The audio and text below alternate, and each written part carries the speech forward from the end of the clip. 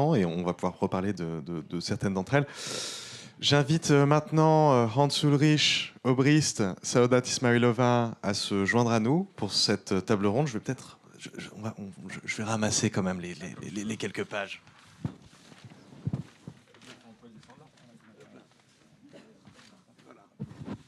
Voilà, ni vu ni connu.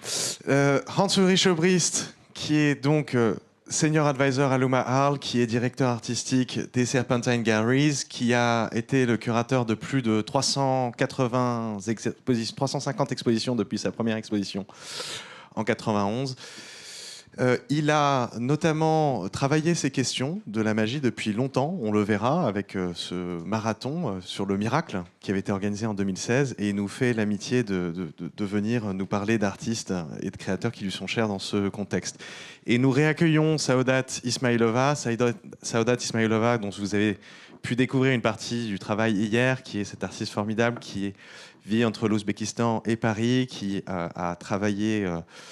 qui est arrivé ici en allant au Frénois, qui a eu de nombreuses expositions internationales, notamment à Venise, à la Documenta 15, et qui nous fait le plaisir de venir nous reparler de cette manière dont son travail, c'était très beau de le dire hier, nous pose une énigme, de mondes mystiques qui sont enchevêtrés en elle.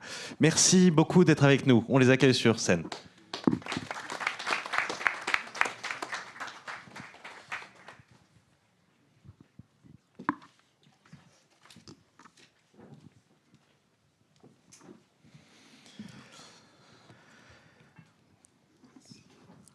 Alors, juste avant de commencer cette discussion, très content de pouvoir terminer cette journée, enfin ce cycle avec cette conversation.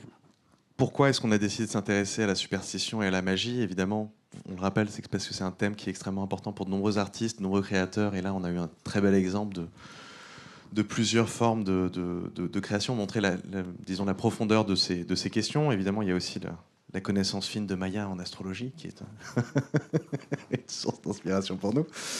Mais disons que cette forme de... Évidemment, quand on va parler de récits de superstition et magie, Vassilis, tu en parlais lors de l'inauguration du symposium, la notion de désenchantement du monde vient tout de suite en tête. Or, cette notion de désenchantement du monde de Max Weber a plus de 100 ans. Cette idée que les explications scientifiques font à la fois reculer les dogmes religieux et les explications magiques. Et donc, depuis quelques années, cette expression qui fleurit, c'est celle d'un réenchantement du monde. Et pourquoi? Donc, parce que d'abord, évidemment, comme je viens de le dire, si ça fait depuis plus de 100 ans, il y a eu quand même le temps d'éprouver ce concept de désenchantement.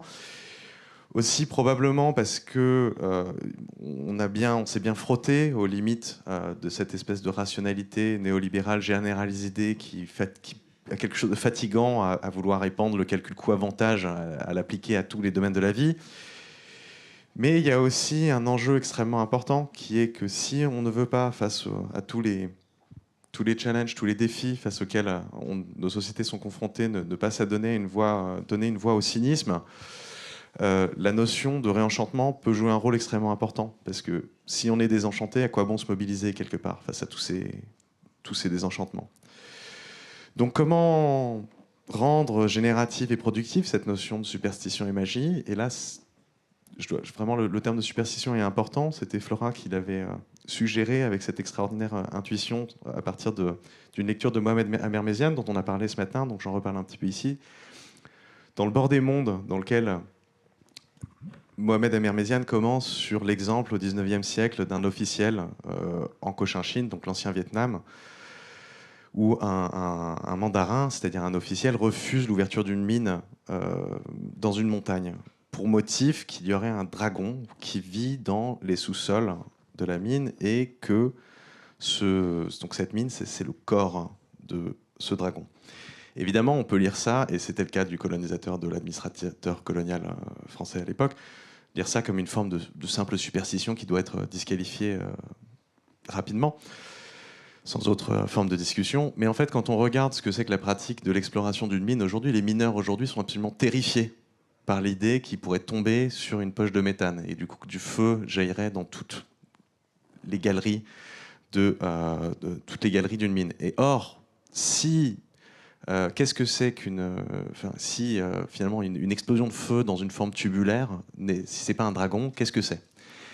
Et cet exemple, je pense qu'il est intéressant parce qu'il peut nous permettre de commencer à penser les endroits où finalement prendre la superstition et la magie au sérieux peut proposer quelque chose qui puisse être productif. En tout cas, c'est exactement ce moment-là qui nous intéresse. C'est pas forcément de se dire qu'on doit s'adonner à la pensée magique et la généraliser sur tout, mais en tout cas qu'il y ait des moments spécifiquement où ça permet de rattraper tout un tas de conceptions, de visions, de réalités que une perspective rationaliste moderne ne nous permet pas de capter.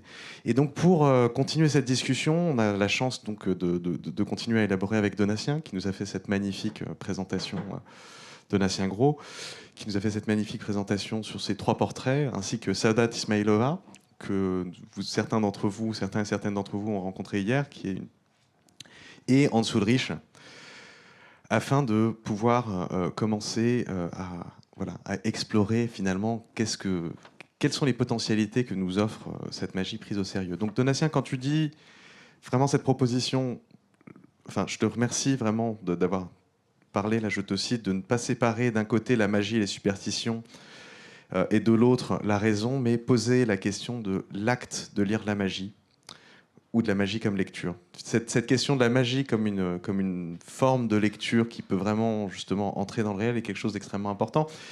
Et je voudrais commencer avec une première question, parce que tu as parlé, donc on n'aura pas le temps de parler de tous les personnages dont tu as parlé, je dis bien des personnages, parce qu'elles le sont toutes. Mais est-ce que tu peux revenir un petit peu dans le contexte d'Elena Blavatsky sur l'histoire de la théosophie? C'est vraiment un moment extrêmement important et qui structurait, je pense, beaucoup ton argument. Oui, absolument. Merci, Martin. Je pense, la théosophie est un mouvement qui s'est développé justement à partir. C'est une société qui est née en 1875 à New York, qui ensuite se développe beaucoup aux États-Unis et aussi en Europe, a un énorme impact sur Emerson, a un énorme impact sur énormément de figures intellectuelles. Et ce qui est fascinant, moi, j'ai une chose qui m'a toujours fasciné aussi, dont j'ai pas parlé, c'est que tous les textes des années, les textes de Steiner, les textes des années 1910 sur la théosophie, en fait, ne sont que des glosses de Platon. Donc c'est une chose qui m'a fasciné parce que moi qui suis arrive dans l'univers théosophique comme un philologue, je vois Platon citer toutes les 3 lignes. Ce qui est quand même pas une évidence a priori, vu de l'extérieur.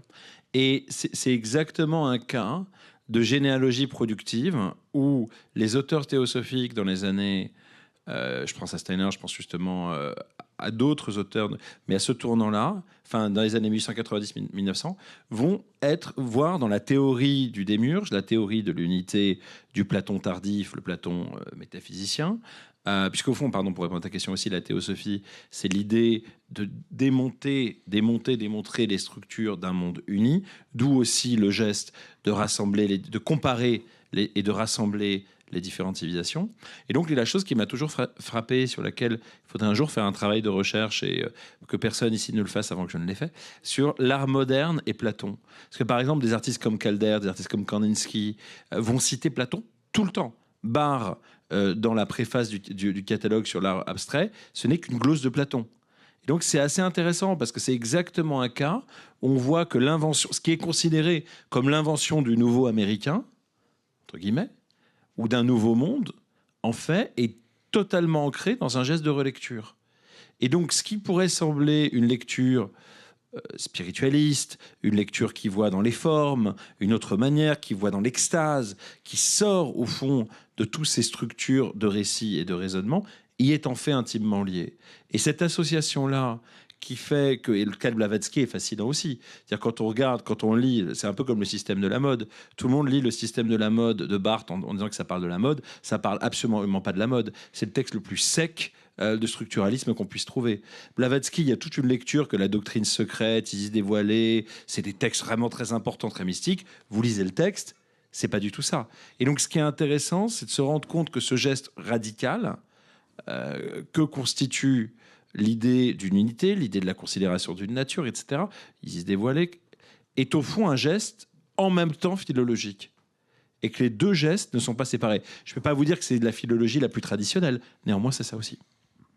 Merci beaucoup. Alors c'est vrai qu'on parlait de, oui, en effet, parler de l'école abstraite américaine et de Platon, c'est pas forcément une relation qui vient tout de suite, mais il y a un héritage presque iconoclaste, en effet. Enfin, iconoclaste et iconophile que tu pointes et qui est extrêmement intéressant.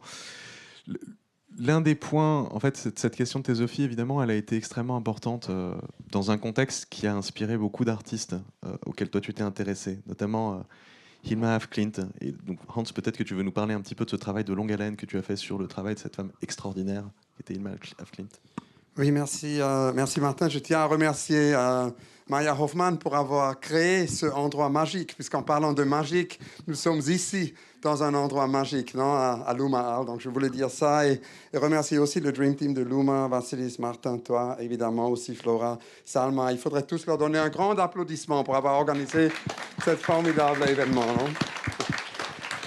Et en ce qui concerne Platon, c'est passionnant, il faut qu'on parle de ça plus, puisque c'est en fait Etel Adnan et Simone Fattal qui m'ont aussi parlé de ça. Il y a quelque chose à faire définitivement à ce sujet. Mais pour répondre à la question de Martin, évidemment, on peut venir très directement de ce que Donatien nous a dit sur Madame Blavatsky à Hilma af Klint. On va circuler un peu les images dont on a fait une exposition à la Serpentine à Londres. Il y a aussi la grande exposition au Guggenheim que certains de vous peut-être ont vu. Et évidemment, Hilma af Klint était très, très inspirée par la théosophie de Helena Blavatsky, cette idée d'unir la science, la religion et la philosophie.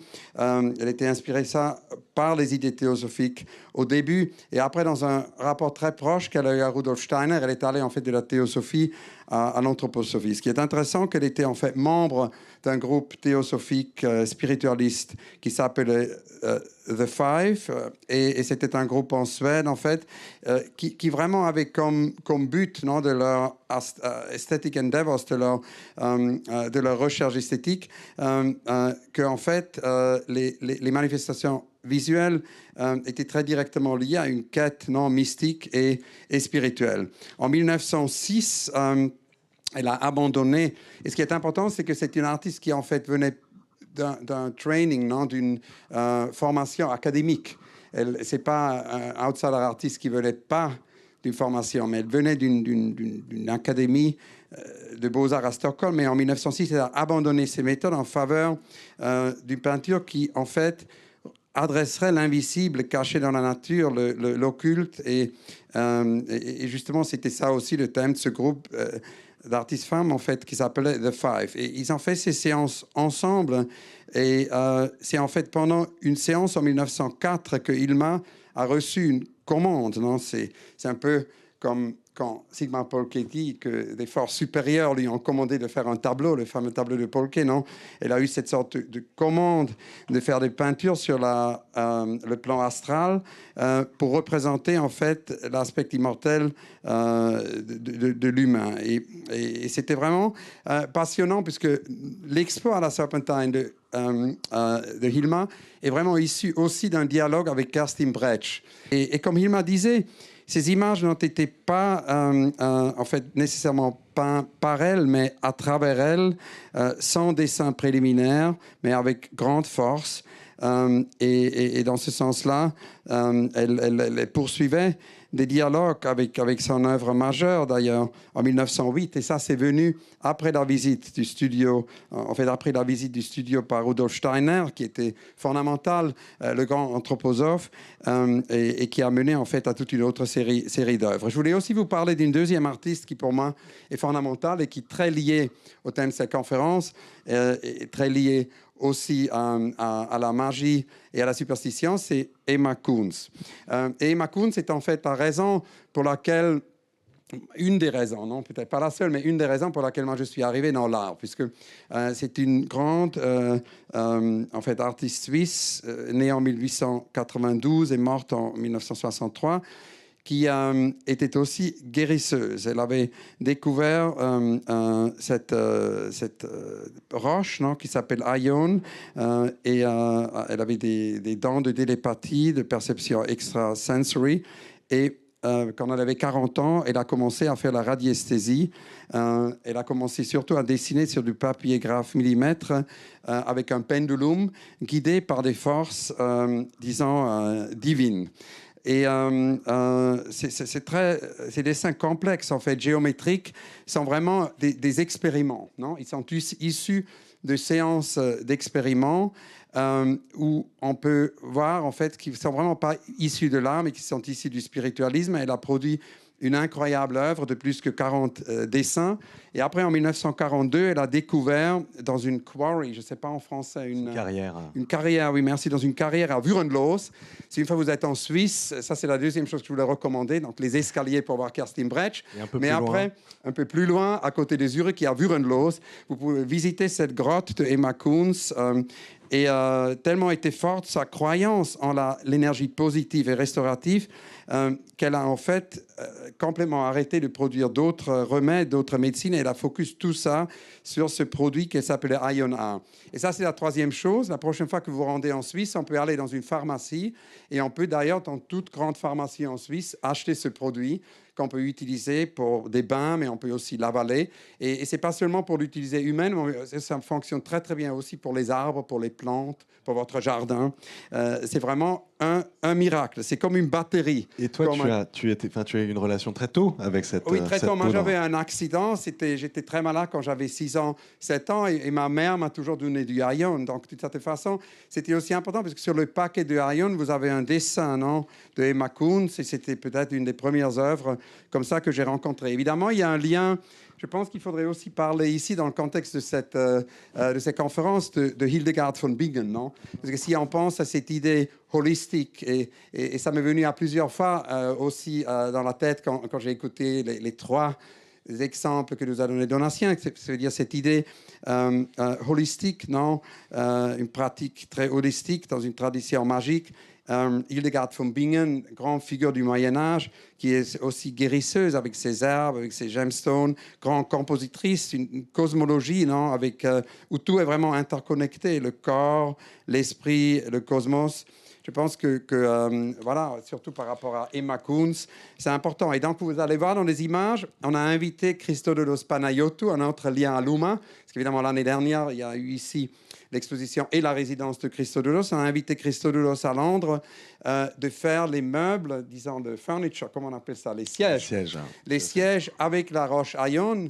Comme ça, donc, les visiteurs pouvaient s'asseoir sur cette pierre guérisseuse en regardant l'exposition et vraiment voir ces dessins, puisque c'est des dessins qu'on peut comprendre vraiment d'un point de vue d'énergie, de vibration, de flux. Et comme Emma a toujours dit, il y a une sorte de phénomène tremblant. Et évidemment, ce phénomène tremblant nous amène à Glissant. Non, Édouard Glissant a toujours pensé dans ce terme de la spiritualité du sacré. Il disait, non pas de la religion, mais du sacré. Qu'est-ce qui est la spiritualité du sacré? Était sa question. Il parlait en fait de ces espaces sacrés.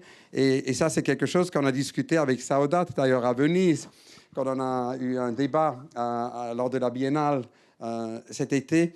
Et une autre chose, je voulais vous recommander, je pense que c'est toujours important de recommander des livres, un magnifique nouveau livre de Saodat que je viens de lire la nuit dernière, qui est sorti à Angarbikoka, où on peut apprendre beaucoup justement sur ces idées des espaces sacrés. Merci Hans.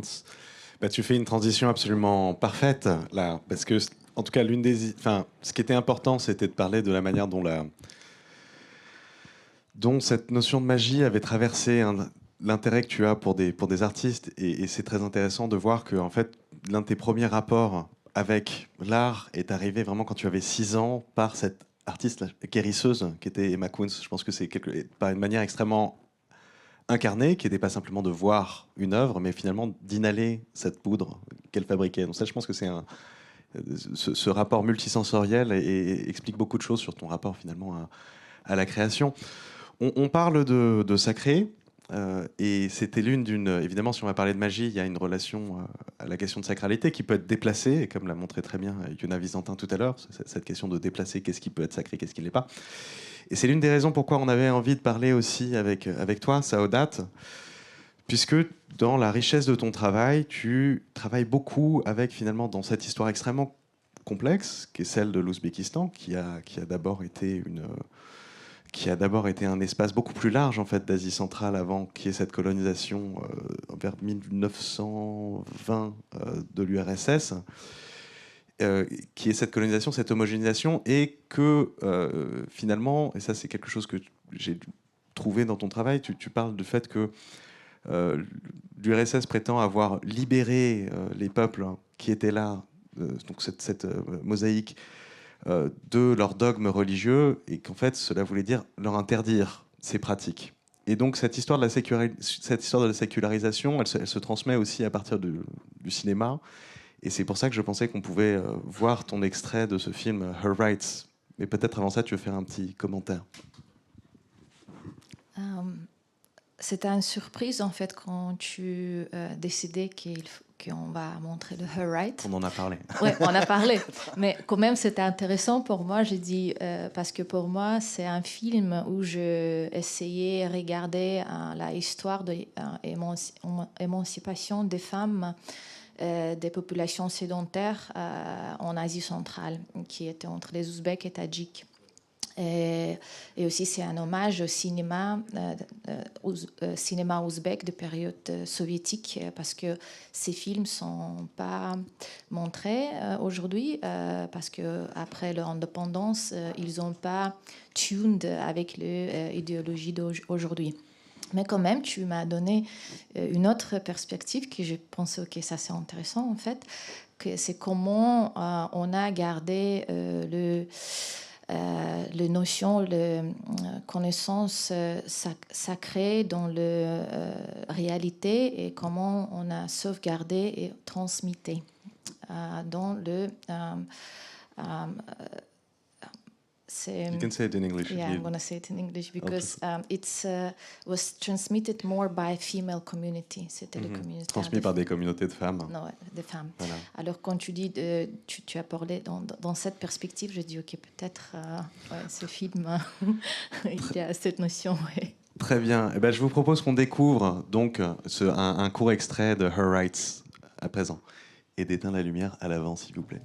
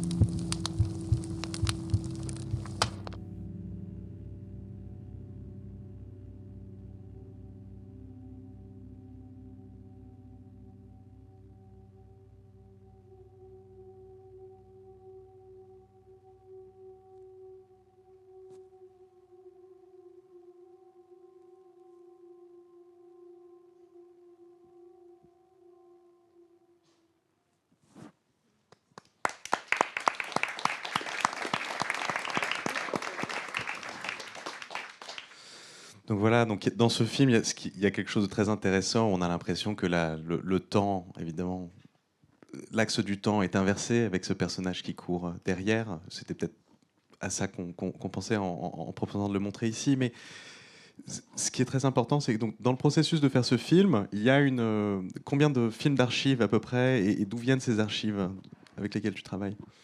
C'est les archives de cinéma ouzbek. Mais là, dans le film, cinéma muet, c'est commencé de 1928 en Ouzbékistan. Le premier studio de cinéma en Asie centrale s'était créé à Tashkent. C'est la capitale de l'Ouzbékistan aujourd'hui. Et on a la période muet à peu près 30 films qui j'ai découvert quand j'ai étudié, mais c'était pas grâce à l'université, mais c'était grâce à une rechercheuse, mon ami proche Chloé Drieux, qui a écrit un livre qui s'appelle Fiction nationale, où elle a étudié l'histoire de création des nations par le cinéma muet en Ouzbékistan. Mais les films que j'utilisais, c'est commence de 1928 jusqu'à 1986. En fait, les dernières images de femmes qui cachent sa visage, c'est les images de mon père. Mon père, il a travaillé au cinéma. Et alors, c'est comme une histoire de cinéma ouzbek, mais dans la perspective des questions d'émancipation des femmes. Parce que ça rejoint ce dont tu nous as brièvement parlé hier, cette idée que, une fois que la méta-narration soviétique, voilà, d'un empire communiste s'était mis en place, que des femmes, comme par exemple ta grand-mère, tu nous parlais du cas de ta grand-mère, avaient proposé une forme de résistance avec des contre-récits, des contre-mythologies. On en a parlé très brièvement hier, mais est-ce que tu veux revenir sur ce point? I'm going to switch to English here. Sure.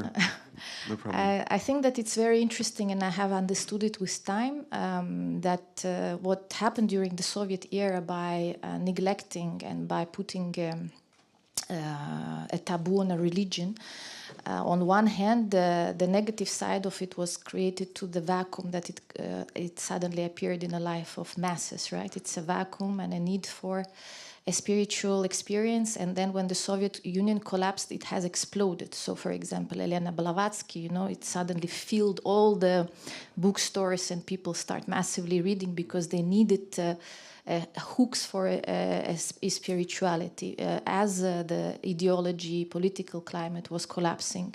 And it was not only this, but like sessions of extra sense powers, hypnotic sessions. Like there was a very well-known hypnotic sessions that were sent by a state TV in Moscow, like a main channel from 1989.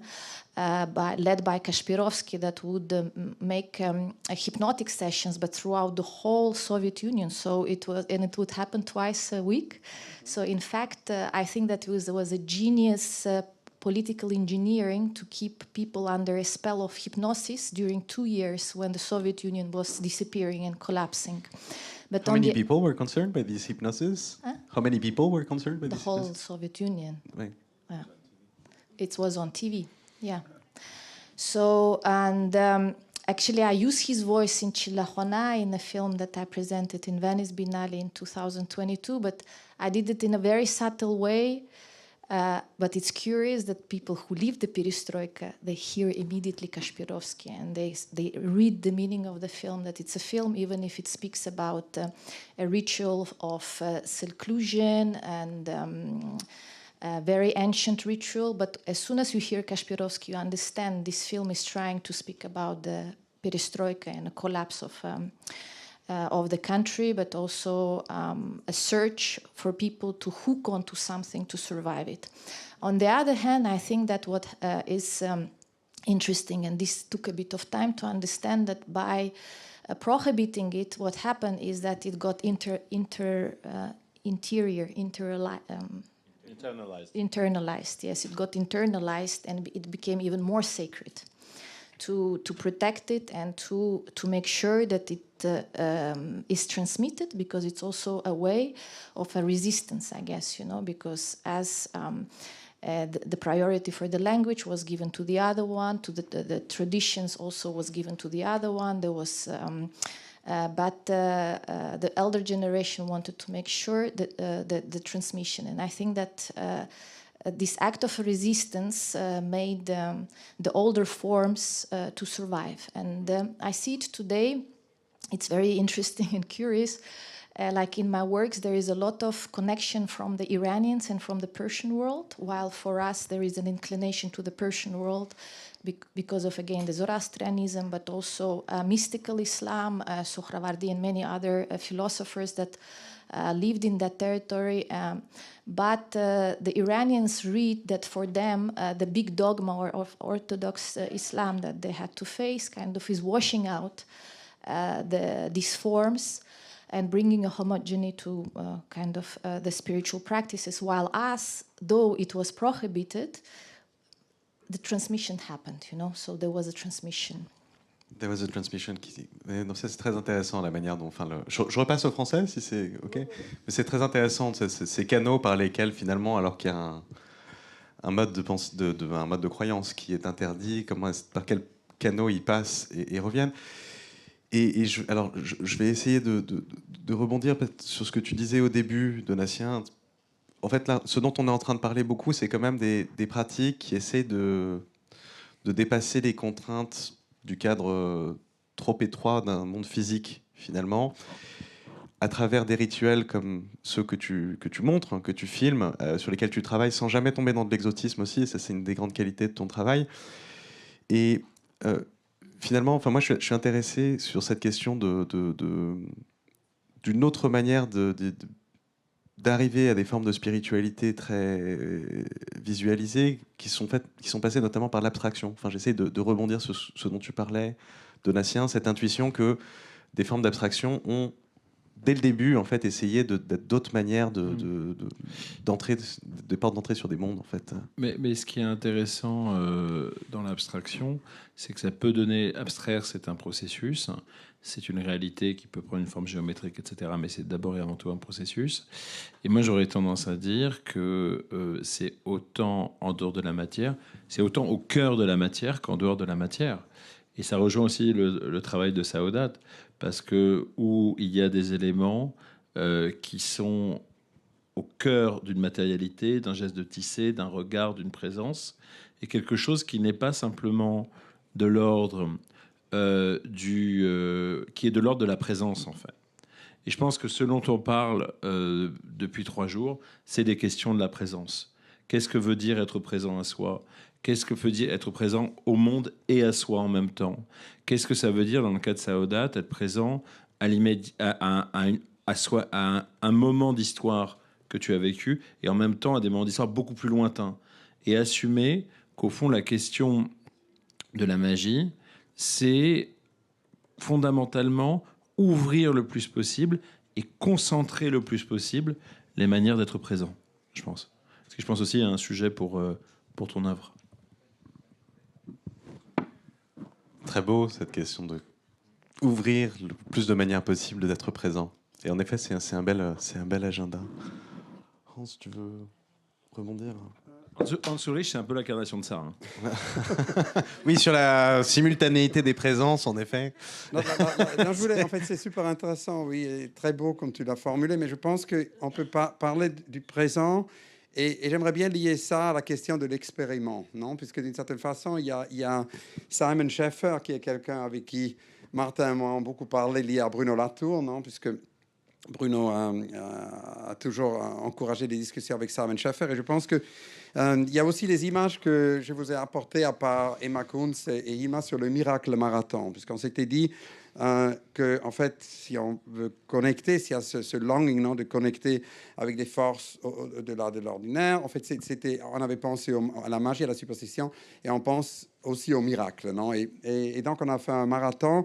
C'est ce format qu'on a à la Serpentine, qu'on a fait beaucoup de fois avec les marathons, où pendant 24 heures ou 48 heures, on couvre un thème avec tous les différents aspects. Et l'idée de ce marathon était vraiment d'avoir, en fait, ce thème du miracle avec une holistique. C'est quoi en français, holistique ? Holistique. Holistique, c'est le même mot, c'est formidable. Avec une dimension holistique d'existence, en fait, où poésie, musique, philosophie, science, psychologie, histoire et toutes les dimensions de la vie, d'une certaine façon, peuvent se rencontrer. Et on a beaucoup parlé avec Mark Cousins, qui est un scholar et qui était à la AA, et il a dit en fait que le concept du miracle, depuis le XVIIIe siècle, a été en fait discarded. Il était discarded. Mis de côté. Mis à côté, merci, oui. Et je vais maintenant aussi passer à l'anglais, parce que tout d'abord, c'est plus facile. Et deuxièmement, Édouard Glissant nous a dit que tout panel doit toujours être multilinguiste. Peut-être pas avec l'anglais. Exactement. So, basically, we discussed with Mark Cousins this idea that maybe the time has come for the godless to examine the questions of the miracle again, you know, outside of religious faith and theological apparatus, because in a way, the 18th century conception of the implacable character of the laws of nature have entered, you know, a certain crisis, no? And so in a way, we did this marathon with Sofia Almaria, and it was really a question how we could actually think about an event, you know, a phenomenon which is singular, which is not basically subject to further analysis. And in a way, as Simon Scheffer pointed out, European science was to do with taming the event, with bringing what was risky and dangerous and almost always going to go wrong in some sense within the regime of control and management. No? And I think in a way, a lot of these things we're discussing have to do with experimentation. An experiment whose outcome is known with absolute certainty in advance is not an experiment. You know, we call it a demonstration. So we had all these tabletop experiments, you know, in the experiment marathon in '99 with Bruno Latour, and Scheffer addressed there, you know, when is an experiment becoming magic? And he was basically saying it is the moment when it's in a way not a demonstration, but an experiment. It's also interesting that experimental into English erupts in early modern periods, first of all as a term in religion, and only later, you know, in science. So in a way, you can take one example, Scheffer always points out, which is actually those that actually thought at the time that Newton was engaging in magic. For a long time, you know, people thought Newton was engaging in magic. And his greatest critic and contemporary, Leibniz, said what Newton is doing is reviving the cosmology of the magic. So if you believe what Newton believes, you think the world is a permanent miracle. And therefore, Newton is irrational. What counts as rational and what counts as impermeable, is a moving target, or to put it mildly, as one would always attend to the ways in which those terms are being used to secure a particular community's boundaries when that community believes that it's under severe threat. So it's kind of interesting, this idea that maybe, and that goes back to Scheffer, that we can think to raise an issue about the relationship between organized experience, a miracle, and the permeability or otherwise of boundaries, and whether or not those frontiers are grounded in our reason or some other much more sinister set of principles. So in a way, you know, the idea that maybe we make these boundaries permeable, no? Mm-hmm. So that it's not a question of rational or not rational, but of both and, instead of either or, instead of no. So I do think we can learn a lot once more from Simon Scheffer. Absolument. Hans Ulrich, j'ai une question, pardon. Hein. Parce que tu parles du rapport entre structure organisée et miracle. Mais moi, je voulais te poser la question de ton rapport au miracle. Parce qu'une grande partie de ce que tu fais, c'est organiser des structures. Tu rassembles de l'information, tu la dispatches, tu crées une archive. Et en même temps, tu es ce personnage un peu lunaire qui croit au miracle, qui veut parler, qui veut créer de nouveaux rituels. Comment est-ce que tu tiens les deux ? Oui, c'est super intéressant parce que souvent, il y a un master plan, non, avec une conférence ou avec une exposition. Il y a la checklist, non, il y a la liste des invités. Oui, je parle de mon expérience. Et souvent, il y a ce master plan. Et l'essai, en fait, que je fais toujours, c'est, à bout d'un certain moment, d'organiser tout ça pour après, quelque chose peut arriver qui est quasiment auto-organisé. Non, qu'on arrive à un truc où soudainement, ça a pris une vie en soi et dépasse ce qu'on aurait pu. Et c'est peut-être là où on peut arriver au miracle. Et ça me ramène à une question que je voulais poser à Saodat, si je peux. Bien sûr. Parce que moi, j'étais hyper inspiré à Venise, Saodat, par ce film qui était commissioned, non, par les Film Commission de Bulgarie et montré à la Biennale. C'était une dizaine, je pense, de commandes.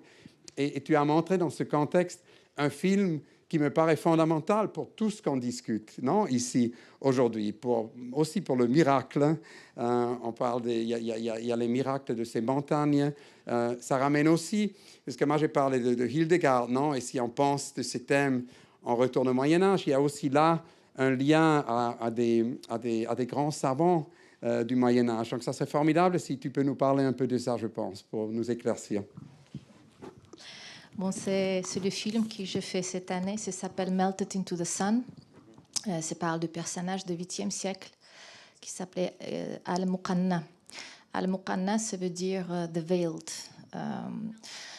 C'est un caractère de qui je connais en fait grâce à l'histoire soviétique de l'Ouzbékistan. Alors, we know the censorship of the Soviet history science, but it's a character that has survived it, and it was proposed by the history book as the first revolutionary, the proto-socialist character that was authentic for Central Asia. On the other hand, there is a memory. Of course, people speak about him. It's a veiled character. Nobody has ever seen his face, and apparently he was illuminated, and the amount of the light that he would radiate would blind people. And then there is a third part of it, which is the Arab historians wrote about him as of a charlatan, as a messenger of a devil, as someone that would confuse masses. And then there is other echoes, such as Borges wrote about him in a history of infamy, the Diary of Mare, and Napoleon Bonaparte wrote a poetry devoted to him. There is Lalai Ruh, a play devoted to him. So it's a character that has an endless echo, and it's, as I say, authentic to the south of Uzbekistan. So. But reading about him, it made even more complex because he was of Zoroastrian background.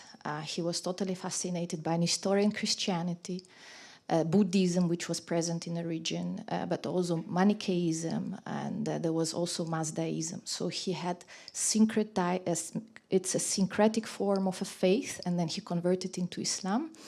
But then he mastered alchemy, optical illusions, mineralogy, which was very typical for the Zoroastrians.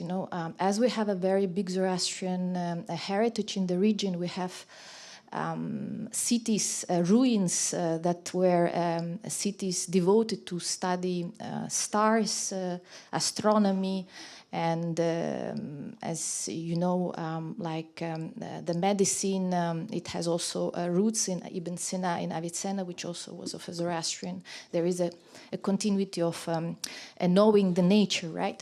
So Al-Muqanna, and I was like sitting in all this information, and I was like, what am I going to do with this, And the film is a kind of a collage and a travel where I try to go over time, in a sense that I sew together present and past, and sew together questions that he rose, because his major question was related to the land extraction, to the question of the hierarchical power, to the question of a family, and they were worshipping a sun as a deity. So the sun was the power of life, and he falls into what he is fighting, or what he's proposing, by cloning what he's trying to escape. And so this made me even more interesting to question whether, as a human being, even if in theory we can come up with these questions and think, like, this is better, this should be the way it should be, but are we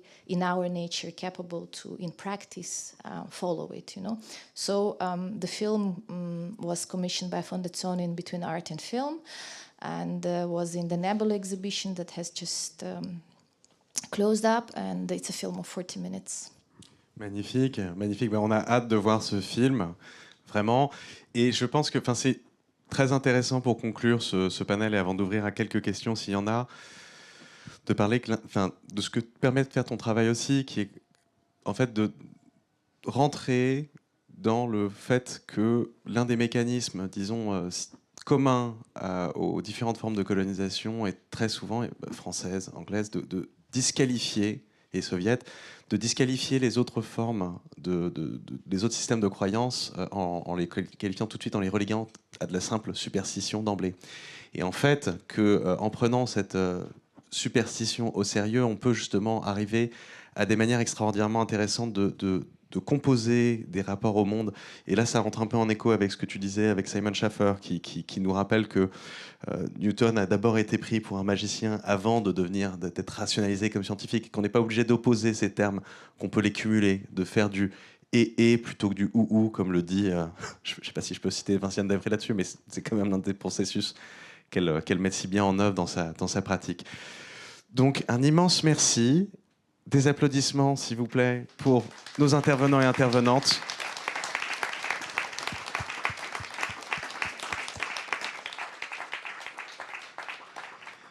Et comme la matinée a été longue et dense, je vous propose qu'on prenne peut-être une question. Ou sinon, on peut aussi clôturer. J'ai pas réussi à capter le nom du film. Le nom du film. Le nom du film.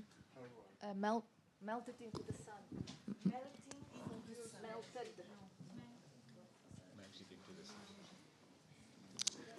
Je vois on va prendre une question à là-bas.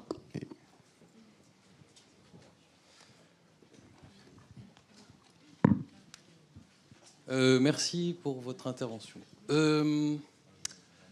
En fait, ma question, c'était plutôt par rapport il y a un nom qui a été cité. J'ai cru comprendre que voilà, vous avez parlé d'artistes dont les travaux sont infusés par des penseurs, des penseuses, et que je connais pas forcément, dont je connais pas forcément tous les travaux, mais j'ai un peu entendu le nom de Rudolf Steiner, et je me demandais à quel point est-ce qu'on peut, comment est-ce qu'on peut lire des œuvres qui ont été influencées par des pensées, donc celle de Rudolf Steiner, qui a donné lieu à des à des dérives sectaires à plusieurs endroits, et notamment avec les écoles Steiner-Waldorf, qui ont permis aussi de créer des espaces de prédation avec cette approche holistique, toujours comme pour légitimer ce type d'actes-là. Et donc je me demandais comment est-ce que... Voilà, peut-être que c'est aussi lié le fait de mettre à l'horizontale tous les savoirs, et peut-être que cette façon de mettre à plat un peu les savoirs peut permettre aussi cette propagation des idées, notamment un peu racistes aussi, qui étaient propagées par Rudolf Steiner à son époque. Alors... Ça marche ? Alors oui, et je suis très content qu'en fait, merci pour ces questions. C'est important parce que d'ailleurs Martin voulait poser ces questions à nous si on avait eu le temps. Et donc c'est formidable, c'est cette idée du danger, non ? Parce qu'il faut qu'on parle de ça. C'est évidemment, il y a le danger que ça peut mener à des absolus, non ? Et il y a d'ailleurs le magnifique... et des fanatismes. Pardon ? Absolutisme. À des absolutismes. Et il y a le livre formidable de Federico Campagna que je recommande par rapport à votre question, qui est donc Technique and Magic, non ? Où d'une certaine façon, justement, Campagna critique, non, cette idée du langage absolu de la techné, non, du technique, et montre comme alternative, pour ainsi dire, des centres magiques de reconstruction de monde autour de nous. Mais évidemment, il y a le danger que la même chose se passe avec la magie, que la magie devient un absolu, et ce qui exactement met après à des moments potentiellement sectaires, aussi un abus, non, à des moments d'abus de tout ça. C'est pour ça que c'est vraiment une question très importante. Merci pour la poser. Oui, et c'est un des... Enfin, pardon, tu voulais peut-être répondre. Non, mais c'est un des points... Merci pour cette question. Et en effet, vous complétez parfaitement l'une des choses dont vous voulez parler pendant ce panel.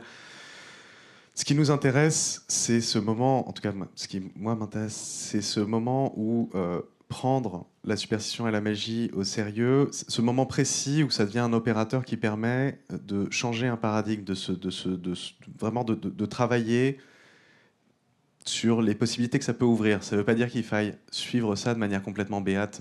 Et on a eu des présentations qui étaient intéressantes hier. Le paranormal face à l'esprit critique, bah, c'est bien face à. Ça ne veut pas dire qu'il doit être abandonné systématiquement. Voilà, c'est un des points qui est. Et je crois que Tania Luhrmann, justement, travaille beaucoup autour de ces questions-là. Quand elle parlait hier, je ne sais pas si vous avez pu voir sa discussion, je vous invite à la revoir. En tout cas, lorsqu'elle parlait finalement du fait que le problème, pour croire dans un système invisible, pour croire dans un système religieux, de croyance ou invisible, il faut des histoires extrêmement bien détaillées. Or, des histoires extrêmement bien détaillées permettent à des gens d'entrer dans des formes de connaissances et des formes justement pas de connaissances, mais entrer dans des formes de croyances qui peuvent être complètement hijackées par cette ère post-truth dans laquelle on est. Et elle prenait l'exemple hier de Trump qui balançait des bêtises que j'ai pas besoin de répéter ici parce qu'il a malheureusement trop de tribunes sur des gens qui mangent des chiens, bref, des choses absurdes comme ça, qui étaient reprises et auxquelles les gens finalement se mettaient à croire très activement. Et donc, évidemment, le fait de pouvoir disqualifier ce genre d'ineptie est un point qui est extrêmement important, mais en même temps, en manifestant une autocritique face à l'épistémologie moderne, aux sciences modernes, qui sont souvent, quand elles se présentent comme la science au singulier moderne, historiquement qui a disqualifié, parfois à tort, des formes qui pouvaient être productives et intéressantes et génératives. Donc c'est vraiment un équilibre qu'il faut essayer de tenir et absolument pas prétendre qu'on propose un agenda à l'inverse d'un autre. C'est pas le sens en tout cas de la composition qu'on a essayé de rassembler pendant ces journées. Non, mais je suis complètement d'accord avec ce que dit Martin. Je pense que, de toute façon, c'est le propre de toute pensée radicale et d'avoir des dérives. Bon, qui on veut. On prend Platon, on prend Nietzsche, on prend Rousseau. Les dérives de chacune de ces pensées, on peut les... Je pense que ce qui est intéressant dans le format dans lequel nous sommes ici, c'est que c'est un format séminaire, c'est un format de réflexion, et c'est surtout un format de mise en perspective. Je pense que le mot qui était important dans tous les échanges, c'était cet espace de mise en perspective où on prend un petit peu de distance et on voit la ligne. Et c'est exactement l'inverse que l'idée de se donner complètement à une croyance ou à une... C'est l'espace, le geste, c'est justement, et c'est ce que disait Martin, c'est comment peut-on prendre en considération ces formes de pensée, ces formes de création, ne pas les rejeter et néanmoins les mettre en perspective. Bon, c'est vraiment merci. important le livre de Federico, parce qu'évidemment, Bien Federico était ici en résidence à Arles, et beaucoup de vous l'ont rencontré. Et ce livre, Technique and Magic, où il dit justement qu'on prend que certaines choses, to taking for granted, comme on appelle ça en français. C'est prendre ça pour acquis. Oui, on prend quelque chose pour acquis. On prend pour acquis, par exemple, les électrons et pas les anges, non? Mais c'est pas puisqu'on pense aux anges qu'on nie l'existence des électrons, non? Donc ça ramène à ce que dit Martin tout à l'heure par rapport au et au lieu de ou au lieu de nini. Ça marche beaucoup mieux en français qu'en anglais. Both and instead of neither nor instead of nor nor. Et au lieu de ou au lieu de nini. Et Federico dit, this is what we understand as reality. But in fact, reality varies with each era of the world. Non, la réalité varie avec chaque era du monde, in turn shaping the field of what is possible to do, think and imagine. Our contemporary age has embraced a troubling and painful form of reality, technique. Et donc ça veut dire qu'il y a souvent un absolutisme du technique, non, dans notre époque. Donc ce qui est important, c'est d'ouvrir ça. Ce qui nous ramène à l'ouverture dont Donatien nous a parlé magnifiquement. Voilà, alors j'aurais pu plutôt dire Nini et où on aurait pu parler de mapping, multiple mapping of the world, comme nous en parlait Tania Luhrmann qui citait Van Leeuwen hier. Merci beaucoup pour cette intervention. Merci, on peut réapplaudir nos panélistes. Et j'en profite pour clôturer donc, ces journées